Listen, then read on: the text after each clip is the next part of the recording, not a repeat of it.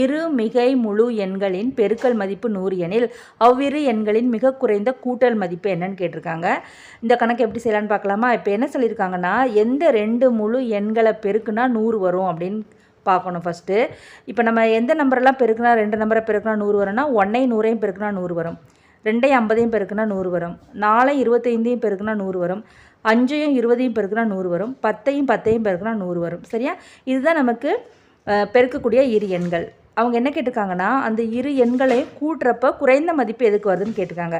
அப்போ இந்த பெருக்கணும் இல்லையா, இந்த 2 நம்பரையும் கூட்டணும். இப்போ 1ஐயும் 100ஐயும் கூட்டுங்க, கூட்டினா 101 வரும். 2ஐயும் 50ஐயும் கூட்டினா 52, 4ஐயும் 25ஐயும் கூட்டினா 29, 5ஐயும் 20ஐயும் கூட்டினா 25, 10ஐயும் 10ஐயும் கூட்டினா நமக்கு என்ன வரும்? 20ன்னு வரும். அப்போ இதில் எது கூட்டுறப்ப மிக குறைந்த மதிப்பு வருது அப்படின்னா, இந்த 10ஐயும் 10ஐயும் கூட்டுறப்ப வர 20ங்கிறத மிக குறைந்த மதிப்பு. அவங்க கேட்டுக்கிறது மதிப்பு தான் கேட்டிருக்காங்க. அப்போ இதுக்கு ஆன்சர் என்னென்னா ஆப்ஷன் 1ல் இருக்கிற 20 அப்படிங்கிறது அது கரெக்ட் ஆன்சர்.